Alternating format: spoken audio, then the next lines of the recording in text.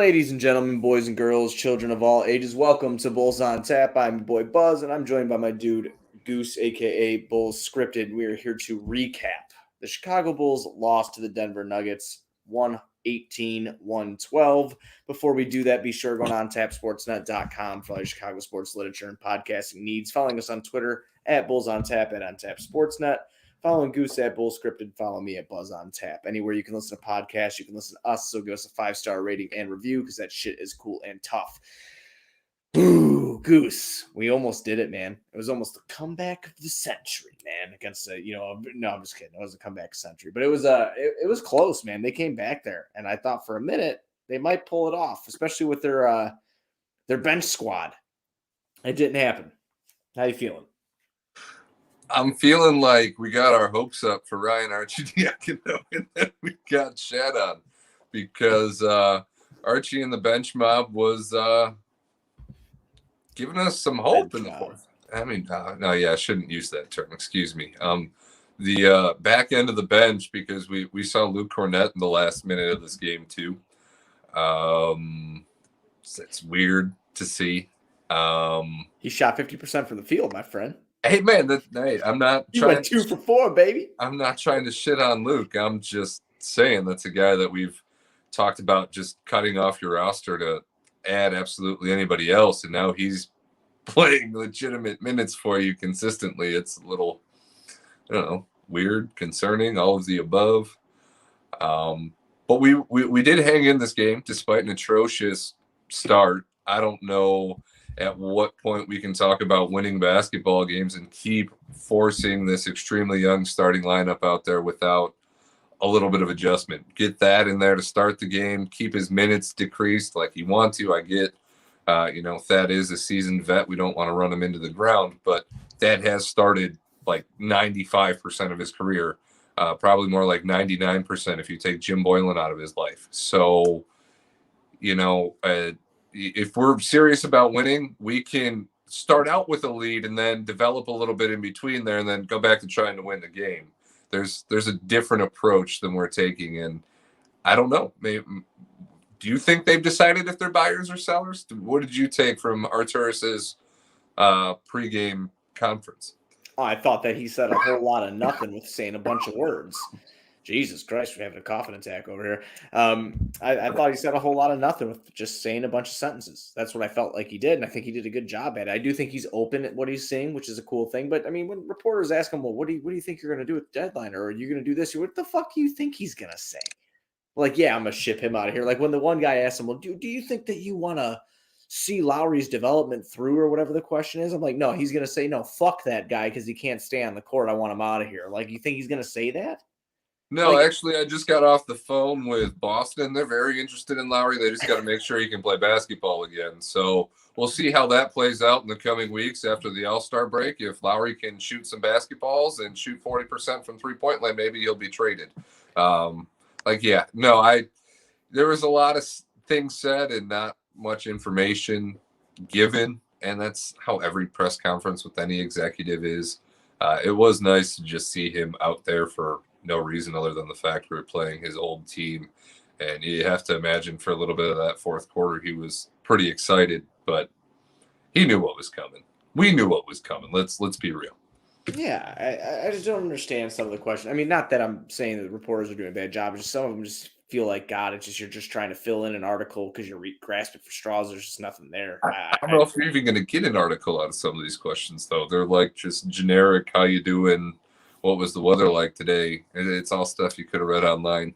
Right. And I mean, as far as, like looking deeper into things, the Bulls are like 1-10 against teams that are 500 or better. That is something that you need to look at. Like, listen, the Eastern Conference is this is what confuses me about everybody wanting to start the veterans that are on this team is the Eastern Conference is such a fucking crapshoot. Like, why? Like, why don't you want to start the younger guys that are here? So, your coach that's good at development or your new front office who's trying to determine who should be here and who should not be here. Why are we trying to start Thad Young or Tomas Satoransky? What is your goal? Is it just development? Is that what you're telling the players in the locker room? Because if you're preaching winning like you are to the fans through the media outlets, and you're doing the same thing in your locker room, and you're continuing to put a 19-year-old out there instead of Thad, and maybe you just take Temple out and you still start Patrick Williams, and you put Thad out there with Wendell, because right now Garrett Temple's not giving you much more from three-point land than Thad is. Temple's kind of been back on a shit streak here the last few games, which seems to be the Bartholomew experience. Is just, a couple games. You mean that's why he's an NBA journeyman? Yes. Oh, that would be why the Bulls got him for very cheap. In some games you go, wow, it's the best singular signing in an offseason we could have ever made. And other nights you're just like, wow, we paid this guy. Dude, like I said, dude, like my whole thing is I don't care what the front office is telling the fans or whoever. What are you trying to do to make the team better? And where I'm at right now, this team is on the outside. I mean, they're still in the playoff picture, and they've been starting the young guys all year long. Like, you just want to keep climbing up the board? Like, I mean, is that what it is? Like, yes, I think this team has a realistic shot of making the playoffs. I didn't think that. I didn't think they were going to make the playoffs, but they've proved me wrong thus far because they're right there. They have they have the play-in option. They're still within the seat. Like, they can do it. It could definitely happen. I don't know if it'll be the top 6 seed where they don't have to go into the play-in, but they could still be there. It's just I'm kind of confused on why you're wanting to start this guy, why you're not wanting to sell this guy. Like, it's just kind of where I'm at right now. It's just you're kind of seeing who's going to be here and who's not going to be here. So you're in the same boat as Arturis, because I didn't catch this comment the first time around, but Cody Westerlund quoted it. He's a great follow too, Cody Westerlund. He said some teams are going to be delusional and think that they're still in it because of how close the East is. So was that his admission of, I'm not delusional, I'm going to sell, I know we're not a real playoff team? Was that his secret way of saying that? Or was he saying we're better than these teams and we're not going to sell and we are going to be in that top 10 of the East? So I didn't know which way to take that. Logically and realistically, I have to think that means he's going to be a seller. But at the same time, maybe he thinks the Bulls do have that kind of juice. 1-10 against legitimate basketball teams wouldn't necessarily suggest that, though. Right.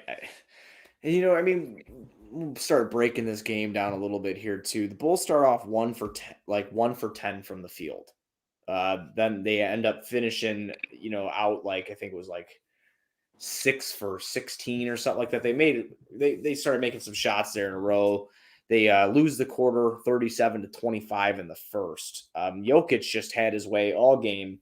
It was no problem. I mean, the dude's an MVP candidate. He almost had a fucking 40-point triple-double. He just needed one more point and one more assist to get there. Jokic goes 39, 14 boards, 9 assists, 2 blocks, 1 steal. I mean, he is unbelievable. And again, this is something that we've talked about a million times on here. I like watching Denver Nuggets basketball due to League Pass. If you're a big basketball fan, I definitely recommend just getting that. Just don't watch them play the Bulls. Right, yeah, don't watch them play the Bulls. But I mean, Jokic, the things that Jokic is doing, if I had an MVP vote, he'd be my MVP so far. Just a fucking pleasure to watch. Didn't we say the same thing after Embiid kicked our ass, though? I didn't say it was the MVP. Oh, okay. Yeah, well, I think either one of them could be the MVP. I think they both could be considered for sure. It's just Jokic's game is just so complete. I mean, and he does it to everybody. I saw a lot of comments tonight about not doubling that much, and it's like, what's the point of doubling? You can't double him because he's such a good passing center. No, you give up an open three. It's right, and he's got snipers. They didn't shoot great tonight from 3-point land. I mean, if your name's not fucking Jamal Murray, who just seemed to hit shots he went 4 for 8 from downtown, but Denver went 10 for 27. That's good for 37% from the 3-point range tonight. I mean, and the 1 of 10 that mattered was when Denver was up 1 and Murray just opened in the break, stop, pop, up 4, never came back after that. Right. I mean, at the end of the day, dude, that's I was gonna tweet it out and I just ended up not. My phone was on the other side of the room and I didn't feel like doing it, but you can't double him because Stacey was like, you got to double him. I'm like, no, you can't because they got a bunch of snipers around him. This game is too close because once these snipers get three and he starts popping threes, you're going to be in trouble. And it happened on one possession towards the end of the game. They went in there. They went to go double him. Ball got kicked out to Jamal Murray. It was within the last 2 minutes and 30 seconds of the game, and he drained a three. And it put us down. And that's what happens when you play a guy like him. Denver's no slouch. They're a good team. They've struggled a little bit this year, but they're 19-15. They're a playoff team. They made a deep run last year. They're a good team. There was a stretch there in the second where we still hadn't fully recovered from the first. And Denver had a whole bunch of guys like Chanchar and all these guys that I've barely ever fucking heard of. And I'm like, we're getting our ass kicked by Denver's B team. And about the only positive I could take from it was, well, hopefully our B team is that good in the future, because that was a little painful to start the game. Second half, we did come out fighting, though. And to end the second quarter, we were punching. But we're getting too comfortable, and we've been comfortable the last few years coming from behind. And that's what she said. That's what Doris Burke said last night. Did she really? Yes. You haven't seen that clip? No, I haven't. God, it is horrible. It's everywhere. Oh boy. She's talking. It's not just about how hard you come or when you come, or I don't know. I'll find it. Type Doris Burke into Twitter and you'll see what I'm talking about. The amount of times it's been shared, I can't believe you've missed it. Yeah, roger that. I don't know, man. I just, like I said, I feel like, tonight's game, just, you lost to a good team. Mike Malone's no slouch as a coach either. He's a very good coach. And who started off to fight that ref? I can't believe he didn't get ejected for that. He took his mask off. Did you see it? He took his mask off. I was like, oh shit. I'm like, wow, he's getting ejected. Oh, and the ref just stonewalled him though, too. He just sat there laughing like, what are you gonna do? Yeah, what dude. Do? That was unbelievable. I cannot believe he stayed in the game. But, somebody who started off hot was Michael Porter Jr. I talked to our friends over at NBC Bulls today in the beginning of the game. I think it was right before the game started. I just said how much I hate every time I watch Michael Porter Jr. in Denver Nuggets uniform played. Then I got attacked because, Wendell is our savior. Yeah. Which is like I said, I totally understand why he wasn't drafted by the Bulls. The back injuries were a legitimate thing. I just thought at the time and where the franchise was, higher ceiling from what I still think or what I believe then and what I believe now would have been great. But here nor there, he started the game off hot tonight.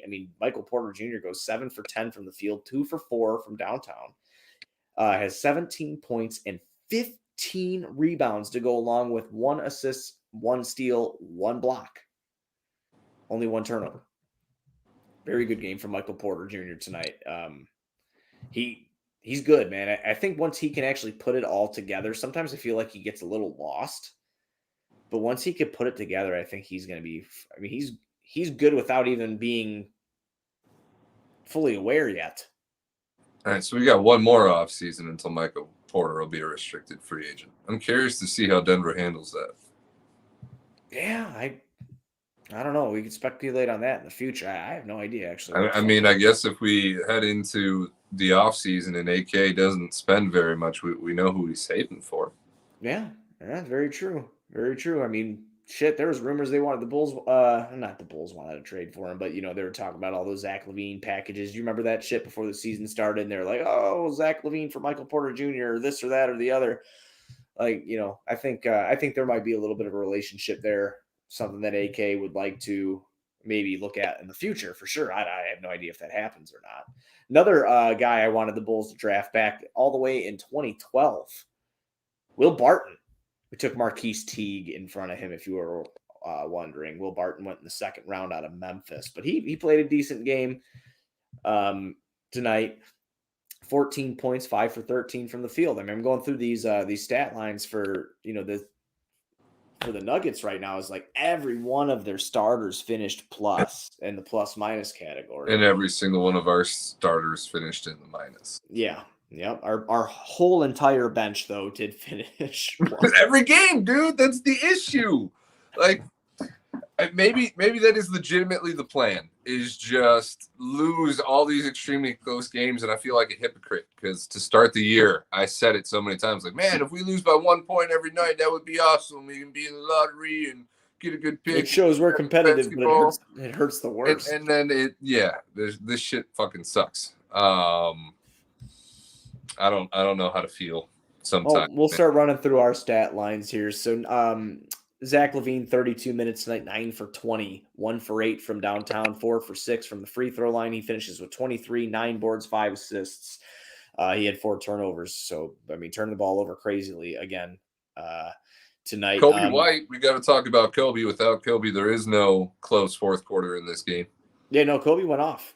Kobe went off the second half. I mean, he played pretty well. He goes 7 for 17 from the field, 20 points, 2 for 7 from downtown, 10 rebounds, 3 assists, 3 turnovers. And rebounds. His rebounding continues to surprise me.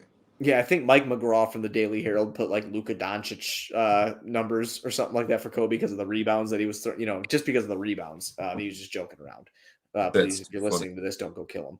But yeah, so Zach got kind of figured out tonight, and it was one of the first times you saw him really get stumped by an opposing defense. It happened the last game, too. This is 2 games in a row. Yeah, but this one was pretty bad, though. I just felt like he could not get it. Last game, I felt like he hit a rhythm at least a couple times where he was like kind of going, and he was finding it a little bit, getting that rhythm. Tonight, it was just kind of like he came off a screen, he's immediately doubled, immediately putting the body on him, making it physical. He couldn't really do shit. And it was really crazy to watch. I mean, Murray and Barton and Morris, they just would not let him have shit. And it actually really sucked. It really sucked because I thought that Zach a couple times was going to fucking bring us back, but it just didn't happen. So are you saying that's going to be like a problem long term? Do you think that's something? No, I think he's gotten so much better at learning different things, evolving his game. I think that he'll watch some film, and I think that he will eventually get better from that. I don't think he's really ever seen it like that in his career. I felt like he was being blitzed and just stayed on where the length was bothering him, where he couldn't even make a good pass to get out of it. I mean, it was just, it was what, it is what it is at that point. I think that Zach will definitely figure that out in the future, but it's definitely a problem right now. Well, what's your take on Denzel Valentine right now? Should he still be starting? Or, not starting. Should he even be playing? Should we be getting Archie more minutes over Denzel? I really didn't like seeing Denzel stay in the game when Kobe sat. And Kobe looked gassed, but he also looked kind of disappointed sitting on the bench.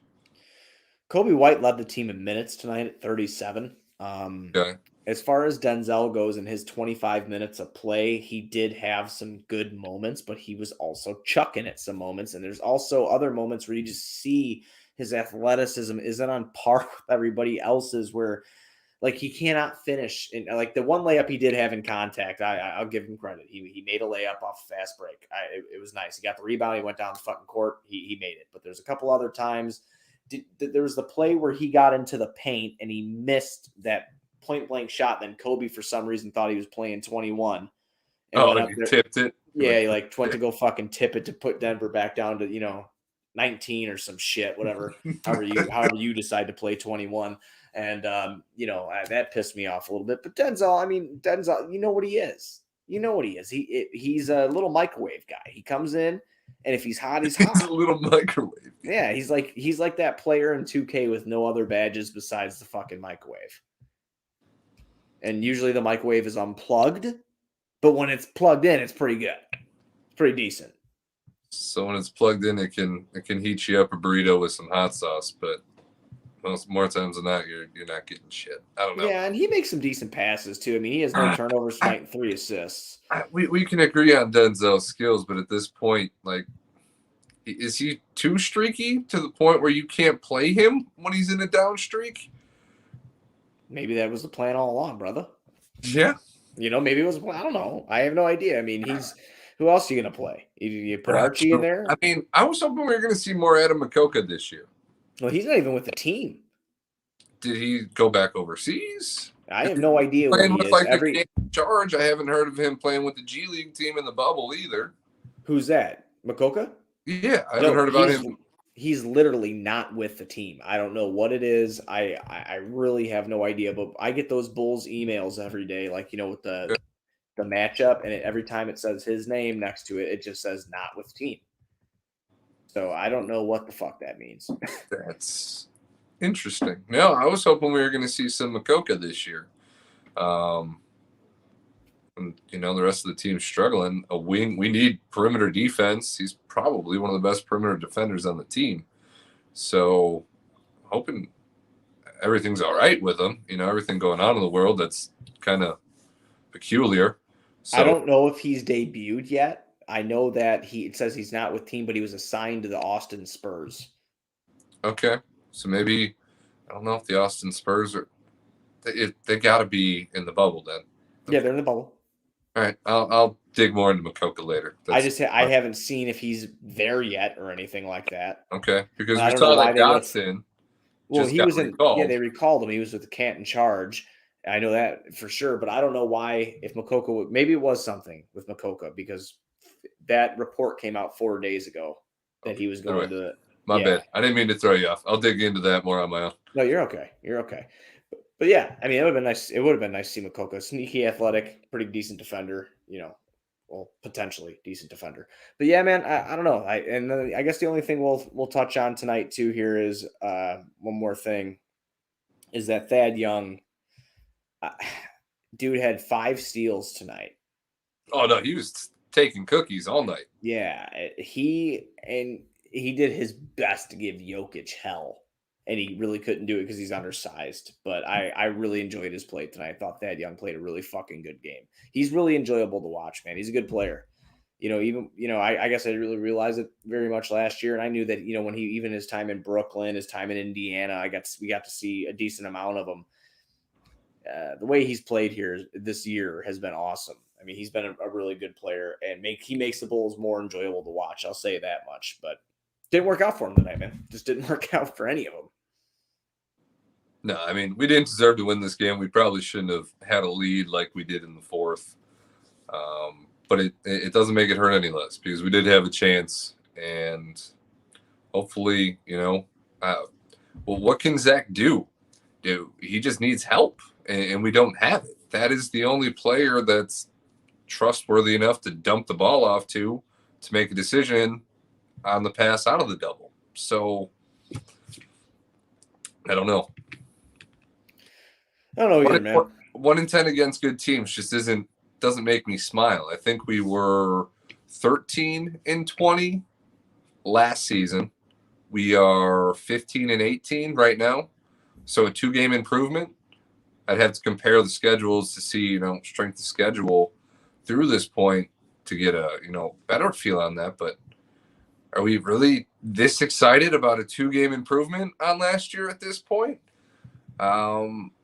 I don't know. Who's up next? Who's next on the schedule? Next on the schedule is Wednesday, March 3rd at 7 p.m. in New Orleans against the Pelicans. And the Pelicans beat one of arguably the best team in the NBA, the Utah Jazz, tonight, 129-124. Don't know if you can see my little NBA board up there. Can you see that shit? I can indeed. I can't read it, but yeah, it's a little blurry. Yeah, no, yeah. Well, why isn't this one in a cool picture frame? I'm kind of disappointed. Because this is the new room that Jamie decided to paint and make it's like all green in here, and then like our guitars and shit are on the wall, and yeah, it's just. And then I decided to come in here because like my basement's cold as balls. I tell you that all the time how cold it is down there. So I just decided to come sit in here and record the podcast and watch NBA. The NBA TV thing here. Yeah, I showed my lady that TV you have in your family room with the nice frame on it, and she was like, "Oh my god, that's cute. We need to do those are dope as fuck. It's by Deco TV frames. It's pretty cool. Like they sent it to Jamie to talk about on her Instagram, so it just worked out. So you got it for free. Yes. Yeah. Well, you know me better than that. I wouldn't have paid for that fucking thing. No, you probably would have built it before you would have paid for it. But yeah. 100%. New Orleans, we have beat them this year. We get another look at Lonzo. Was hoping we'd get a lot more looks at Lonzo on our own basketball team, but it's looking more and more like maybe Lonzo stays in New Orleans. Well, I saw some reports. We're going to touch on that real quick. I saw some reports that it was him. God, there was another one too. It was him, JJ Redick, and someone else. And Eric Bledsoe. Oh wow, yeah. Oh yeah. Well, that makes sense because they got 2 guards that they want to fucking try out. I get that. I mean, I understand that. I mean, shit, man. No, my fear is, what if they get rid of Bledsoe and JJ without a problem? You know, don't have to take as much cap back, and they get positive assets for those guys because they are good basketball players. There's contenders out there that might be interested in those guys. And then they're more willing to pay Lonzo because he has been playing so damn good. And maybe he can fit in that role, as weird as it would be to pay a playmaker to be an off-ball shooter and perimeter defender. But if he's doing good in that role, you don't want to give him up for too cheap either, just because your situation's kind of forcing your hand. Right. Man, I would love to see him on our team, though. Goddamn. No, I mean, you put him in Valentine's place in most of these spots in the game. You could see him, Zach, and Kobe on the floor at the same time. The reason you can't do that with him, Sato and Kobe, or Zach, Sato, and Kobe, that is because none of them are really a positive defender. Lonzo's at least good enough on defense to where you could justify Zach and Kobe being on the floor with him, because you have the size overall, 6'4", 6'5" guys all through. So no, Lonzo Ball on this Bulls team would be fantastic for just about everybody. And it's seeming more and more like it's not going to happen, and that kind of makes me sad. Oh, it's always fun regardless to get to watch, I mean, New Orleans is a fucking exciting team, and we gave them, we beat them last time we played them, so hopefully we can do it again. I mean, and we got Thad Young, so he's gonna stop Zion, and we're gonna win that basketball game. Yeah, I mean, and then Wendell could kind of not have to worry about it. I mean, Steven Adams, a big cat. Wait, yeah, no, Wendell's not gonna have a fun time with Adams either. I'm sorry. Yeah, but I mean, at least he's not. Adams ain't gonna go off for fucking 40 on him. Well, the points don't really matter if he's just abusing you in general. We'll see what happens. Wendell's having a little bit of a rough stretch. We're going to throw Luke Cornett on him, the secret weapon. Felacio's the secret weapon. Falacio. I love the way you say Falacio. Yeah. Falacio. Falacio. He puts that shit in your face. All right. No, I mean, do you think we're getting the dub? Would you bet on the New Orleans game? Oh, yeah, I'll bet on the Bulls. I always do because I'm a fucking idiot. Bulls' next 4 games are going to be tough. Bulls need to beat the Pelicans on Wednesday. That comes from YouTube. Yeah, no, I agree, man. So if they do, I forget you get these comments on here. Oh, he also says what you've been saying. Bulls need a big man. I think the Bulls need a big man. I think they got a couple big men. I think that we'll see what happens. I think they. Joakim retired. How have we not mentioned that? Because I didn't really want to talk about it. I don't want to talk about it either. Like, everybody's kind of celebrating, and I get like a retirement's almost like a funeral for a basketball player's career, and you're supposed to celebrate what was and not worry about what could be. But damn, Joakim Noah, I've seen him play basketball in the last year. He could do a lot more for this team in a limited role than Falacio. Fuck, dude. That's disappointing. Joe deserves to retire as a Bull, and it would have been awesome to see it as like an active member, because we keep talking about how we need all this veteran presence, but we decided to keep Falacio and Cornett over Joakim Noah. So I don't know. I mean, I don't know, man. Joe had a lot of health issues. If you saw that after when they put that graphic up today, he had played God, I'm going to butcher it. I think it was 562 games or 662 games with the Bulls over his career. And then he played 100 after he left the Bulls. Hey, Scottie Pippen came back and played with Curry and them. He didn't actually play, but he was there. I have no problem with him. I'm not coming back expecting more than 10 minutes and, some Scalabrini chants from fans that aren't even there. You know, just get the crowd going for Noah in a blowout, and let's have some fun with it. But man, I like what our buddy Matt Peck said, that if Noah is signed to a one-day contract and he retires the Bull, they have to do like the ceremony when fans are back in the stands. oh yeah, that's a no-brainer. Yeah, they have to do it. They have to do it. We do not know when Lowry's coming back because the front office doesn't know when Lowry's coming back. I have no idea. They've just said neither Lowry or Otto are expected to play before the All-Star break. Right. So I have no fucking clue. Hopefully we have both of them back after that, because then we maybe we don't see Cornette and Valentine so much. That might be nice. Oh yeah, no, I mean, I heard the team was better without him. So I don't believe that. But that's all I got for this episode, man. You got anything else? No, I mean, let's come out and not suck ass in the first quarter against the Pelicans and give ourselves to be in this game the whole time, so we're not clawing from behind and out of freaking gas by the time you get a 4-point lead in the fourth. Yeah, right on. All right, man. Everybody be sure to go on tapsportsnet.com for other Chicago sports literature and podcasting needs. Following us on Twitter at Bulls on Tap and on Tap Sportsnet. Following Goose at Bulls Scripted. Follow me at Buzz on Tap. We'll be back Wednesday night after the Bulls play the New Orleans Pelicans. Let's go